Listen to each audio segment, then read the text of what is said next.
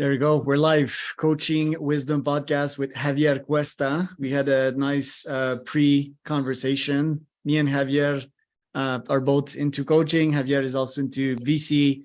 He's founder of a couple of companies as well, and he's an exec at Bedford and Bailey management consulting company. We're going to talk about that. We're going to talk about startups. We're going to talk career and salaries, everything in between. Javier, welcome to the pod. Honored to have you on. Can you tell us a bit more about yourself? Well, thanks for the nice introduction, Charles. So as you said, I am the managing partner for Bedford and Bailey. That's an executive search firm. And also we do executive coaching for a lot of professionals around the world. Myself personally, I started my adventure in the United States back in 2014. I'm originally from Spain. And at that point, I was kind of opening up a new office for a multinational that I was working with. And since then, I've been operating in the US market or from the US market with the rest of the world, but mostly the US market. I'm an executive coach for one of the top business schools worldwide called ESA. There's a partner business school called IPADE, but it's also in Mexico. And there's a lot of Mexican people that they would know IPADE as well. So that's a little bit about myself. I'm definitely looking forward to discussing with you anything related to opening up new businesses, as well as international careers, salary negotiation, whatever you feel that's going to be more convenient for the audience. Right. Well, first, thank you so much for being here today. Yeah. Did anyone ever told you that you look like Ryan Reynolds on your LinkedIn? You're the first one to tell me, but I appreciate that. I won't be the first one after that one. Yeah, you look really close to him. An AI would say the same. Hopefully, and he's been really successful entrepreneur. Like really surprising the success that this guy has got in the last couple of years. I really look up to him, although I don't enjoy his acting skills. For what you're doing nowadays, execs, sometimes they can be tough to coach because by nature they always want to do things differently and in their own ways. They are there mostly because they didn't listen to what the crowds would tell them. So how do you go with coaching an exec that can sometimes not listen fully to what you have to advise to him? Well, I think that the secret of coaching is that the coachee needs to be open to coaching. If someone is not open to coaching, he or she is not going to be coachable, right? Obviously, you could be open to coaching and then you may not be the best listener, right? So active listening is actually one of the skill set that is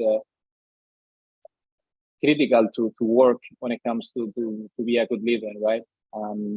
Active listening could actually be worked with your coach. Once you are aware that you need to work on your active listening, and that will give you so much value with your people and also with your clients, then if the person really if the professional really wants to improve in something, improve their career or whatever personal life, then they will be more aware of how they could be more or better listeners, right? But at the end of the day, everything starts with the listening. Which is tricky also. One of the best CEO listeners that I've seen, and she's a crazy accomplisher, Ginny Rometty, the ex-CEO of IBM. I suggest the listeners to go listen to interviews with her. She's such a good listener. She paraphrases what people just told her and so forth. She was CEO up until 2020 and led IBM to crazy growth.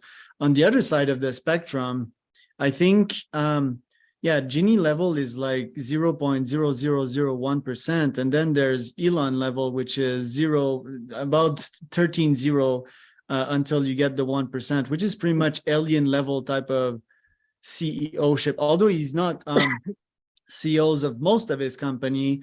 But I think it's fair to say that Elon doesn't listen to too much people. What do you have to say to that? And he's the most successful man in the world from a business perspective, made tons of money while not listening much to what others had to say. Well, there are, as you better say, there are a lot of people that they are not like Elon, right? Elon Musk, I think, is a visionary. And I have to say that, to Elon, everyone wants to speak with him. So he might be very selective on the things he wants to discuss, or he wants to listen to the things that he doesn't want to listen, right? When you get to that level of success, it should be one way or the other advice. At some point, you should be open to listen. The thing is that you may have selective listening. I would say it's not that he's not a good listener. I would say that he's very selective with the people that he wants to listen. But at least, that's only my opinion. Sometimes you deal with CEOs and, like really high performant people that are in job transitions. They're really much in demand, just that it's not a good fit with their current companies. How do you help them find the next big job at this public company? Let's say you're the middleman, arguably, between that company that's potentially looking for a CEO and this company that might transit out that CEO. How do you deal with that? Well, first of all, I need to understand why he or she would be open to move, right? What are the reasons? What excites him or her?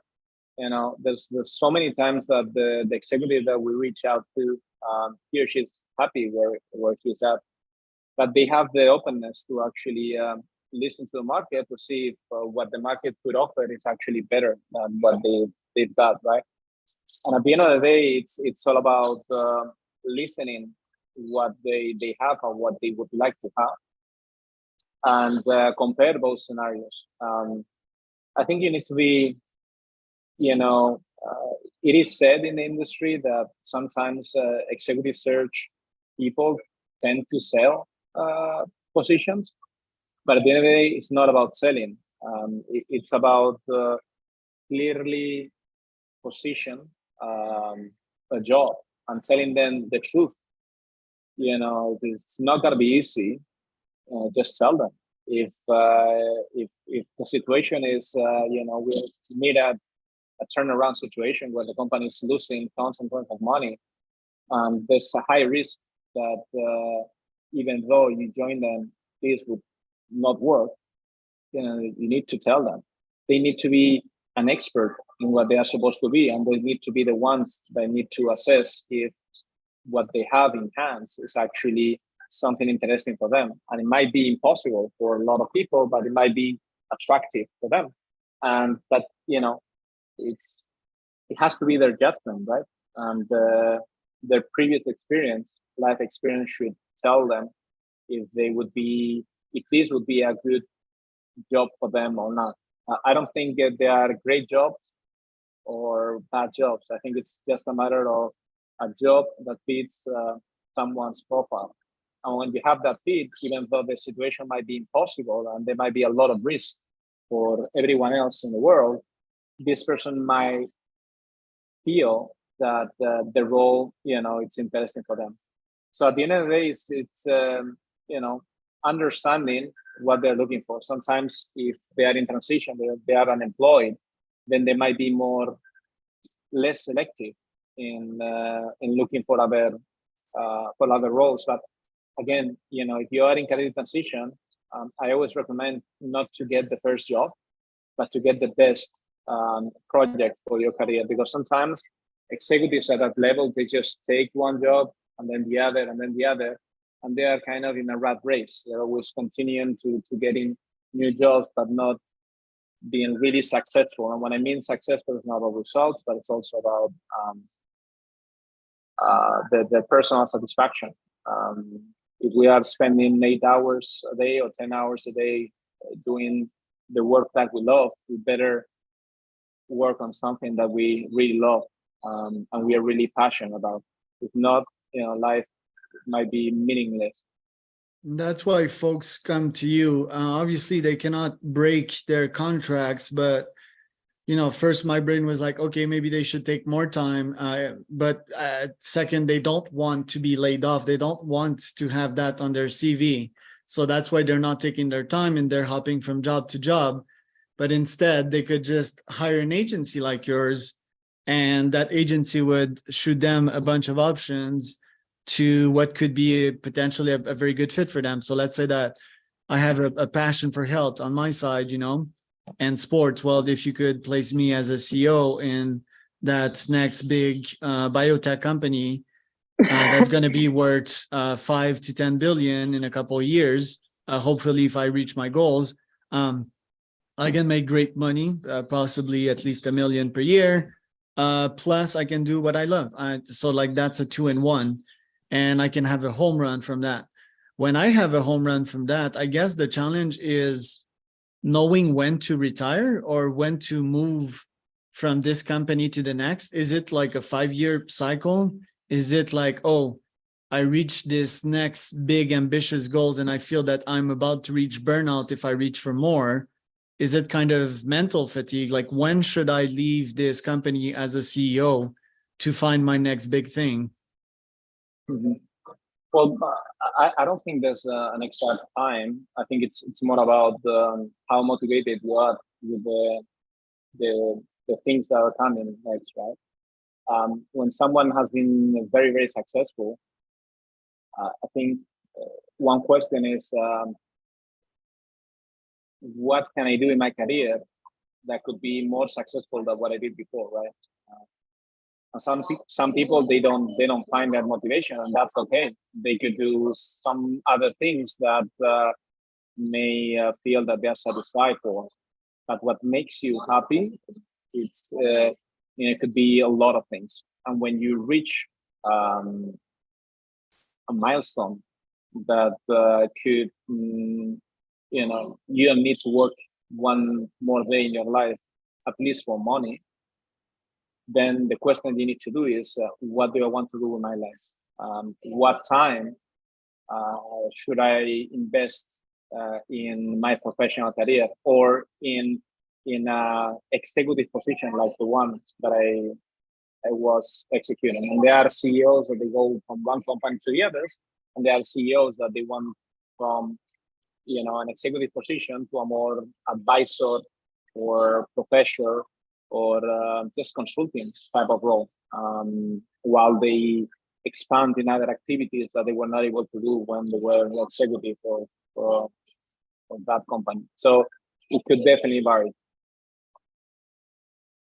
Last question for you, because we're almost done on time, Javier. So you mentioned on your LinkedIn, you have children, you enjoy watching movies, you love sports. As a CEO, how do you stay equilibrated? How do you stay balanced so that you can scale and grow 1% on a daily basis?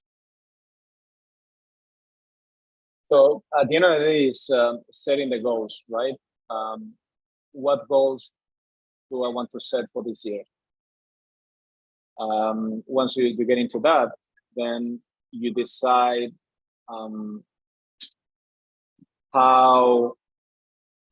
how are you able to make those goals? Okay, because for the same goal, there are people that they need to work 100% of the time. They need to travel 75% or 80% of the time. And the same, someone else for the same objective could actually have a different work-life balance. To me, spending time with my family, traveling,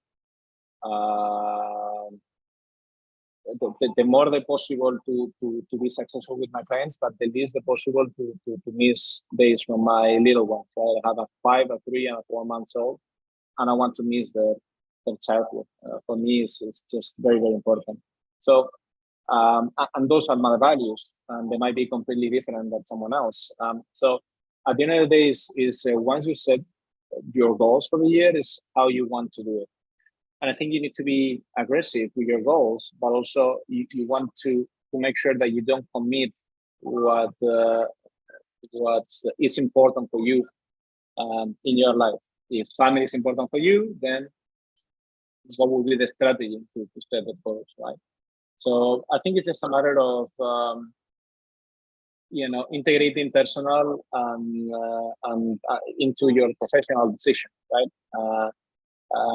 If your personal motivation is making or practicing a sport, and you want to, make sure that you have at least, I don't know, 3-4 weeks during the year that you want to practice a sport, then that should be fine. But it's at the end of the day, it's, when you set that milestone, that goal, set the strategy that will make you happy. If family makes you happy, then spend time with family. If the sport makes you happy, then spend time. If traveling makes you happy, then